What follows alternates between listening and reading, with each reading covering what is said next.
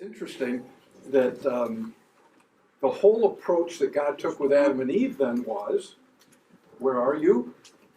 Right? What have you done? And it was to stimulate some kind of a dialogue or some kind of a relationship there. Cain and Abel, when you get to chapter 4, God says to Abel, "What have you done?" Cain says back to him, remember Cain's question? Am I my brother's keeper? It's interesting, the use of questions. There's a book, somebody took the time, you can find it online, somebody took the time to record all the questions that Jesus asked, and it came out to be 300 and something. We just recorded in the Gospels that there are 300 and something questions that Jesus uses. You'll notice on your notes on page 10, we're going to come back to these, but I wanted to just show you some examples of how Jesus, in his teaching and in his disciple making, in his leadership influence, the number of questions. He says in Matthew 18, "What do you think?" And then he asks the whole question about if 100 sheep, one of them goes astray, won't he go look for the one that went astray? Matthew 5, for if you love those who love you, what reward do you have? Do not even the tax collectors do the same? For which is easier to say, your sins are forgiven, or to say, rise and walk? Questions engage, right? Questions bring out people, cause people to think and cause people to participate. We referred to this in our last session in John 13, when Peter says, "I'll never deny you," and Jesus looks at him and says, "Will you lay down your life for me?" Obviously, Jesus knew better than Peter did, but Peter needed to be asked the question. And so we want to just talk about questions here for a few minutes and engage and help each other. And again, I think it's across the board, whether we're talking about parenting, friendships, any relationships in family, but especially, and I can't relate as well to the children level, but yet, man alive, a 3-year-old's throwing a tantrum or whatever, and you just want to look at him and say, "What are you doing?" And sometimes it's helpful. Sometimes it sort of causes them to think, "Well, I'm not really sure," but they can't quite articulate, "Well, I'm trying to make your life miserable and get my way." But yet, that's true about all of us in some ways, I'm sure. Hey, think with me. We're talking about just using a question in an effective conversation. Which one of these two questions do you think are more effective, and why? You're just talking with somebody. They come to you. They say, "What's your favorite movie of all time?" And then contrast that with, "What's a good movie you've seen recently?" Think about that. Which question would you prefer? Which question's easier to answer? Which question of the two is perhaps going to continue the conversation? Any ideas? See a difference between the two of them? One's open-ended and one's factual. Yeah. Just through the phrasing of it, it seems like a lot of pressure. What's your favorite movie of all time? Anybody gonna? I mean, a few of you might just come right out and say, "Oh yeah, that's easy." Some of you are going to try to have to stop and think about that, right? I mean, and so this is just one little principle or illustration, but providing some limits or, hey, what's a good movie that you've seen recently? So you're in your class and you look at your students and you say, what's your favorite Bible verse of all time? Or what's the most important truth about God that you've ever learned? And there's a way to dial that down to make the teaching and the learning and the growing at least easier. What have you learned? What's the most important lesson you've learned about God in the last year? What's the most important lesson? What's one of the most impressive things you found in the scriptures in the last week? What has really? What comes to mind when you think about what you've read in the scriptures or what you've heard taught? Those kinds of things. I put two quotes on the bottom of the front side of the notes there, and as I look at them, I'm not sure why I did it, but it has to do with asking questions. It has to do with engaging people. Why would we even take the time to try to think about how can I help the individual that I'm ministering to, or the group that I'm ministering to? How can I help engage them in a more productive, fruitful way? And our answer to that is, well, by the use of questions. Discipleship is not a program, but a total reorientation to reality, a part of which is growing in our awareness of what we don't know and what we don't practice. In our earlier session with the life group leaders, learning is all based on, first of all, you have to know that you don't know. You have to want to know something more. You have to want to change what you're doing. And part of this whole, it goes to that second statement, the two main challenges in teaching or disciple making is, on the one hand, self-centered discipleship, where it's all about me and how can God fit into my little world, and then spiritual apathy, where questions can create a dissonance. Questions can create a tension that must exist for learning and for growth to happen. And that's obviously why Jesus used them so much. So let's look at on that back side.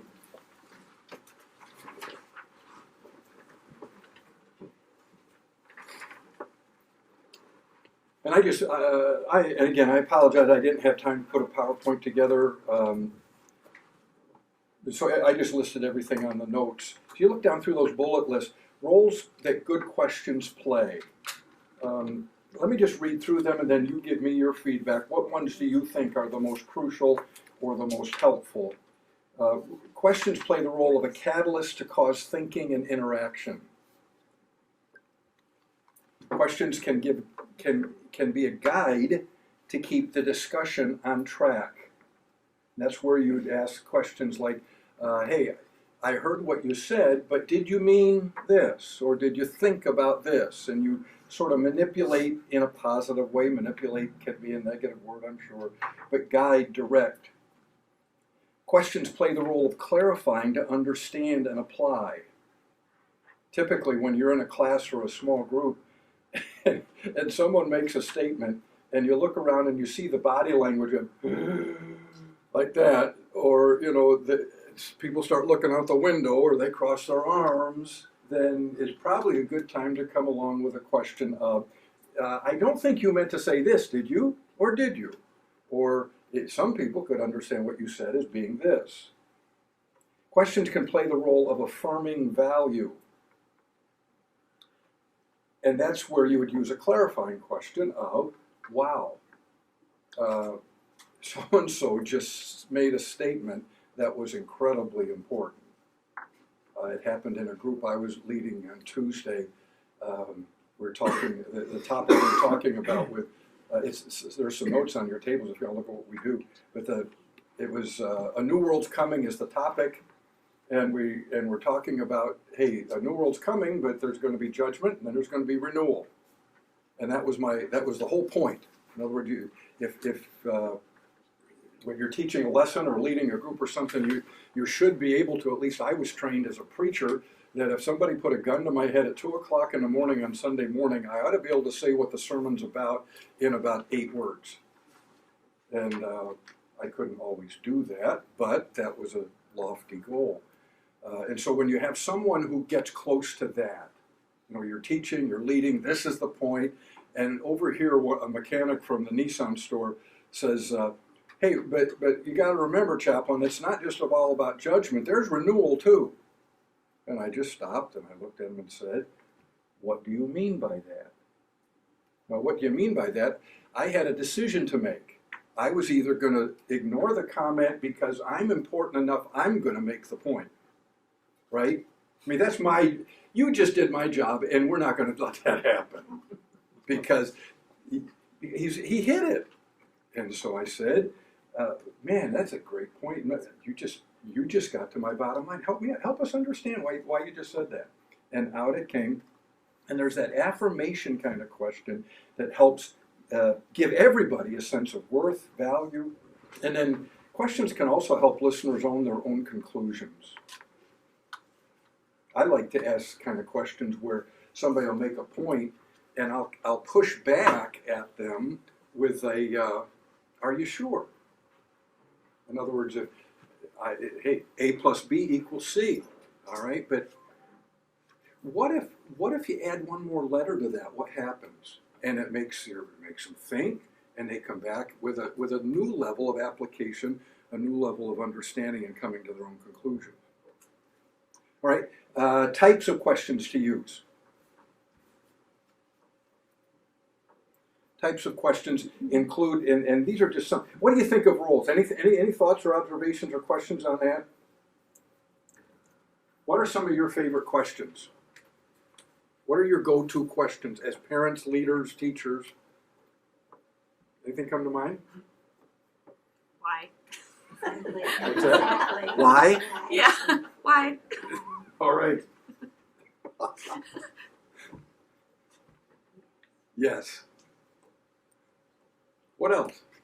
Once they answer the why question, I respond with, does that make it okay?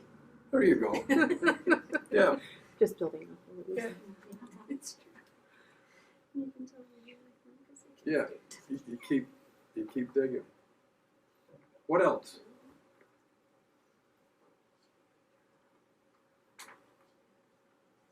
I just want to encourage you. I want to encourage you.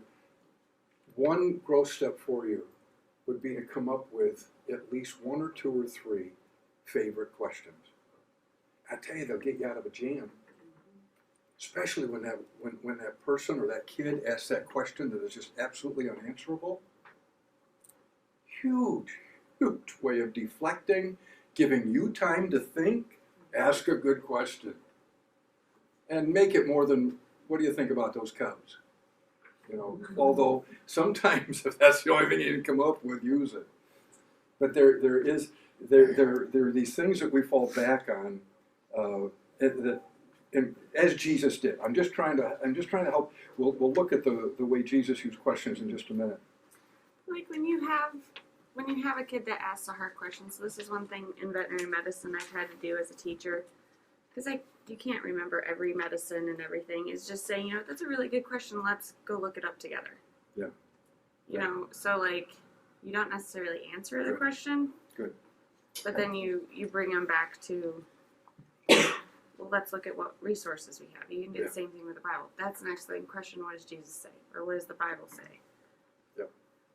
And then it helps them understand that, like, even sometimes you don't know the answer directly off the tip of your tongue or right there at that second. But what do? You go to the Bible. Good. Yeah, that's a great question. Let's find out the answer together. How can we find out the answer together is a huge part of disciple making. I think a good illustration of what you're trying to tell us is where Jesus was talking to the woman at the well. She had her questions, but he tried to redirect her to where he wanted to take the conversation. And she had no clue. Yeah. But he kept it directed to where his intention was. And to get her to help her walk that pathway to being honest. Yeah. Good. Hey, types of questions, and they're obvious. Opening questions, you know, warm up, stimulate, direct. You know, what was a highlight from your Bible reading this week?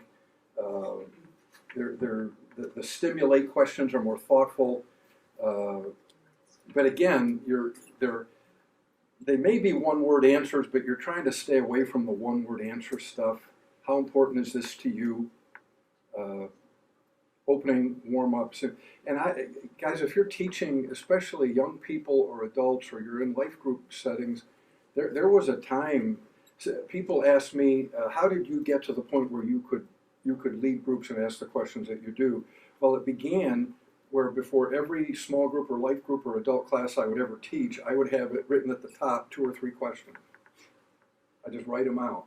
In other words, I'm planning to have opening, warming up kind of questions. Now it just sort of comes naturally, and it's not that challenging, it's not that difficult, but it is, how important is this to you? How do you feel about this? What was happening here? What did happen there? What was a highlight from your week? Those kinds of things. Just the facts questions, the who, what, when, and where, they're important. It's important to ask the question, what was the first question in the Bible? What are the times when Jesus used questions and why? You have to establish some kind of a fact base, some kind of a knowledge base that then you can go on for application. There's the understanding questions, and this is probably where I think as leaders or teachers, some of us have gotten away from, and we're not as skilled as probably we ought to be. And that is understanding questions help draw out the meaning, the principle. In other words, I could say what's true, but if I could get you to say it, man alive, we've just gained a whole bunch in the whole process, or the maturing, or the discipleship process. So share your opinion. Questions. Could you clarify that? Questions. Could you help us? These kind of questions help us refocus. They redirect, prompt further thinking. And again, we're going to look at some questions here in a moment. And then fourthly, the application questions. What do you want to do, use, or remember from this study? How do you evaluate, analyze, determine what's next, that kind of thing. There's 3 other kind of questions that I just want to draw. Closed questions are those that only have possible 2 answers, right? Let's get a conversation going. Is God good? And you either have a yes or a no. Probably in this room, I'm guessing most of you would say yes. All the time. There you go. But it's not going to start a conversation. It's not going to start an interaction. Is God good? How do you explain the goodness of God to someone who had a week like, and then you explain. You talk about the accident you read about in the paper. You explain about the house that burned down you heard about. You explain about the plane that fell out of the sky north of Otterburn. You talk about, all right, how do you explain the goodness of God to someone in that setting? Well, that causes just a little bit more thinking. It causes a little bit more interaction. And so the closed questions, and I think, again, at any level of leadership or influence, have limited value, where it's a right question or a wrong question. And preachers, Bible teachers, especially of my generation, have I don't know if we've grown up under models like this or what, but man, do we get happy when somebody answers a question the right way. And it doesn't matter if they believe it, understand it, apply it, but the right answer is just, man, is that huge. And we can the only way we can get beyond that is by asking a couple probing kind of questions. Another kind of question these aren't in the note, is are leading questions, where you encourage. You've been in class where this happened. I know I've done it. But you ask a question, you have the answer in mind, and you just want somebody to give you the answer that you have in your head. And then you think, well, if they will just answer what I'm thinking is the right answer to the question, wow, what a good class this will be, right? It's sort of we encourage a specific response to get the listener or the learners to parrot back to us what we're trying to say. This happens so much in Bible teaching. It happens a lot in teaching of theology, where teachers tend to get the concept, and I would imagine it's true among children's workers and children's teachers too, that we have to be careful of settling for the right answer. Because we all know, we can name people who can pass pretty decent Bible tests, and they don't love Jesus at all. And sometimes we raise them to be answer people, rather than asking those probing questions that will create that dissonance that's necessary for learning. Rhetorical questions are cool, aren't they? You know, you don't expect an answer, but yet it makes the point. Hey, let's take characteristics of good questions. We'll look at that if we have time. But what I wanted you to do was take the 4 questions on the front from Matthew 18, those 4 questions that we quote out of Jesus, and would you take either the roles good questions play or the types of questions to use? Would you take a few minutes around your table? If you want to talk about it as a table, do it. If you want to do it individually, it's up to you. But try to pick one of the questions that from this passage that Jesus uses, and analyze it a bit. What kind of question is it? Is it an understanding question? Is it a rhetorical question? What did he really do with it? Was he guiding to keep the discussion on track? Was it meant to clarify? Draw out, come up with some kind of description for it, okay? It's important to read your Bible. Oh yeah, I want to read my Bible. Well, how many days every week do you think it would be good for you? How could you? How many days a week would you want to commit to reading the Bible? Oh, it's 7, and I'm going to read it an hour every day. What kind of question would you ask them? Or what about when your child has the flu? Yeah. All right. Will you read your Bible an hour for 7 days in a row? No, you're not going. You're going to miss a day. And let me tell you about that day. Let me tell you that kind of thing. That leads to understanding, that leads to greater development of what's going on. Jesus didn't back off. I mean, obviously, if you've read the Gospels, he didn't back off from just saying it straight. I mean, hey, this is what's true. Do this. Don't do that. Look at the birds, look at this, but yet a consistent part of the influence that he had on people's lives were somehow drawing out of them some participation in the process. Other thoughts? What about the what do you think in Matthew 18? Why would he start it with what do you think? So we talked about that one, and the what do you think part we thought was a probing question, but then the rest of it seemed closed. It's kind of like, well, obviously, yes, he's going to There you go, yeah. And then you could do like more of a probing or open-ended, like, well, why do you think that? Yeah, good.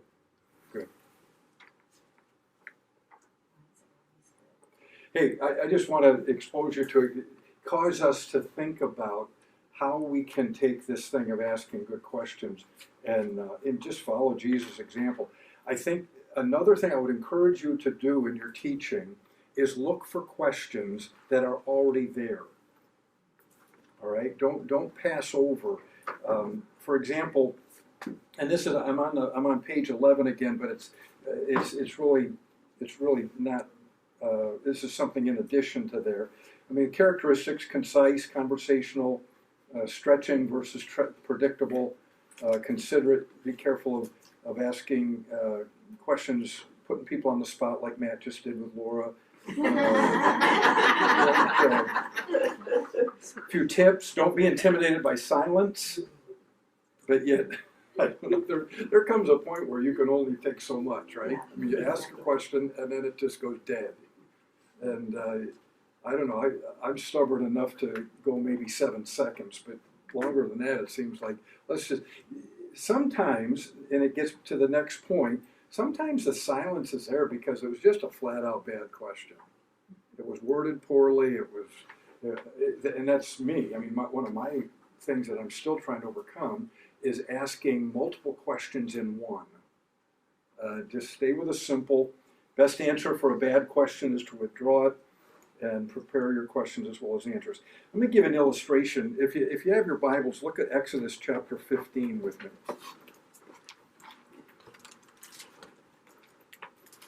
If you're teaching your way through Exodus, and I think you'll find this, I started about 4 or 5 years ago in my Bible reading, circling every question mark that I come across in the Bible. And I've just been amazed. Very rarely, even in the epistles, it slows down, but very rarely can you read a chapter or two without coming across a question mark. And so, the question in Exodus 14 through 17ish has to do with God now is getting these people of Israel, pulling them together, getting them out on their wilderness journey. The manna starts, that kind of stuff. They've just come through the Red Sea. Let me just point out, for example, in Exodus 15, verse 11, this is a song that the people are singing. This is something that the people of God are going to be referring back to in all of their troubles. And the question is, who is like you, O Lord, among the gods? Is that intended to be answered?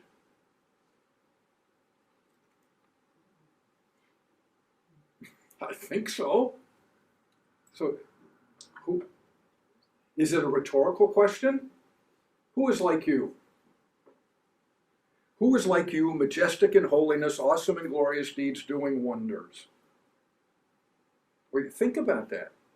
Why is it in question form? Why is some of our worship and praise in that? Who is like you, O Lord, among the gods? And the very question is incredibly, for lack of a better term, devotional.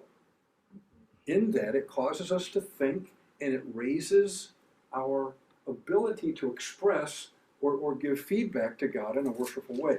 Same context, just turn over to chapter 16. I'm just showing you in a part of my Bible reading and study, and maybe even done a talk on this in the last year or so. But in 16, for example, verse 15, when the people of Israel saw it, that it is the manna, all right? When they saw the manna, they said to one another, what is it? Now, you just made a face with it. I just went elevate. What is it? You got to read it that way. How did they say that? They come out, they see this stuff on the ground. They've been whining and complaining about food and drink, right? We wish we were back in Egypt with the onions, and now we don't have anything. And so they see this stuff on the ground for the first time. What is it? That's a great question. I don't think you can understand the flow of the passage or the goodness of God but that question's right in the text. In other words, the devotional side of it would be something like this. You and I look at something that happens in our life, something new comes along, something odd comes along, and we just look at it. What is it? Answer, it's God's way of sustaining you and growing you in this season of your life. It is the biggest answer to prayer that you've ever had. You just don't know it yet. All right? What is it? Not a bad question to ask. The third one, look in 16, verse 28. The Lord said to Moses, how long will you refuse to keep my commandments and my laws? Moses says, a couple days. How do you answer that one? But it stimulates, right? It's making a point that, hey, the real issue here is obedience. How long? And so these questions of what is that? How long is this? Who is like God? One more and then I'm done. 17:7. It's a great question. Right after the water from the rock thing, the people of Israel were quarreling because they tested the Lord by saying, is the Lord among us or not?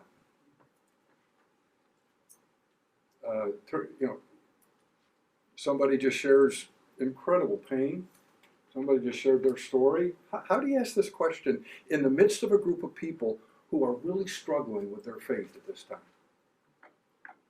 Who really wonder, who just told you 3 stories of anxiety, who just shared a prayer request in a way where they're just convinced that the only thing is if God answers such prayer in some miraculous way. How do you come back as a leader, teacher, and say, is the Lord among us or not? Without being snotty about it. Without being so, obviously God's with us. Why would you even be afraid? God is with me all the time. I'm never afraid. Is the Lord among us or not? Now, the people of God were asking it in rebellion. We get to, my point is, guys, notice and just ask God to continue to use do this work of humility in your own life that then bears fruit in being able to recognize the importance of questions before statements, drawing other people's thoughts out that then give you a platform to be able to shove your thoughts into, or God's thoughts into. Opening doors in people's thinking and experience and humbling them, creating this dissonance like Jesus did. And that's what Jesus was great at. Creating such a dissonance inside the person that later on, when he does eventually get together with Peter, and he says to Peter, "Do you love me?" And Peter says, "You know I love you." "No, no. Do you love me?" "You know I love you." "Do you love me?" "Yes." "All right. Now go write a few books of the Bible. I want you to preach the first sermon that it's going to be preached after the Spirit comes. I've got some things for you to do." But he never could have, I'll be harsh about it, never could have shoved that down Peter's throat until he had created an openness in Peter and Peter had failed. And Peter would recognize that he needed what Jesus had to say.